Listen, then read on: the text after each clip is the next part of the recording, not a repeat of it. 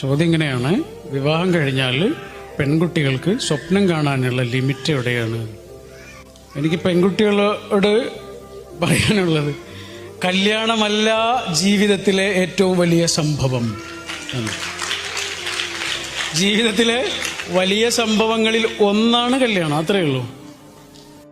അല്ലാതെ കല്യാണം കഴിക്കാൻ വേണ്ടിയിട്ട് ഭൂമിയിലേക്ക് വന്ന ആൾക്കാരൊന്നും അല്ല നിങ്ങൾ ഈ ഭൂമിയിലേക്ക് വന്നത് നിങ്ങളാകുവാനാണ് കേട്ടാ.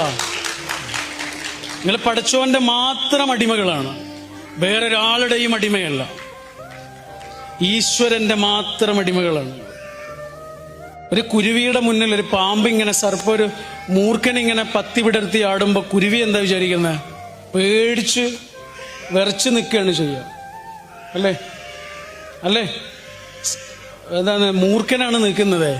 മൂർഖൻ ഇങ്ങനെ പത്തി വിടർത്തി ആടുമ്പോഴേ ഈ മുന്നിലിരിക്കുന്ന ഈ കുരുവി ആകെ പേടിച്ചു വിറക്കും. ഈ കുരുവിക്ക് അറിയൂലേ, കുരുവിക്കൊരു ചിറകുണ്ട് എന്നും ആ ചിറകിന് പറക്കാൻ ഒരു ആകാശമുണ്ട് എന്നും. ഈ കുരുവി എന്തേ മറന്നുപോയത്? സ്വന്തം ആകാശം ഒരു കുരുവി തിരിച്ചറിഞ്ഞാൽ ഈ പാമ്പിനിങ്ങനെ വെറുതെ ആടാൻ മാത്രമേ കഴിയൂ, വെറുതെ ഇങ്ങനെ ആടാൻ മാത്രമേ കഴിയുള്ളൂ, നോക്കി നിൽക്കാനേ കഴിയുള്ളൂ. അതുകൊണ്ട് ഒരു സർപ്പത്തിന്റെ മുന്നിലും നിങ്ങൾ ഈ ചിറക് പൂട്ടി നിൽക്കേണ്ട ആവശ്യമില്ല. നിങ്ങളാകാൻ വേണ്ടി ഈ ഭൂമിയിലേക്ക് വന്ന ആൾക്കാർ.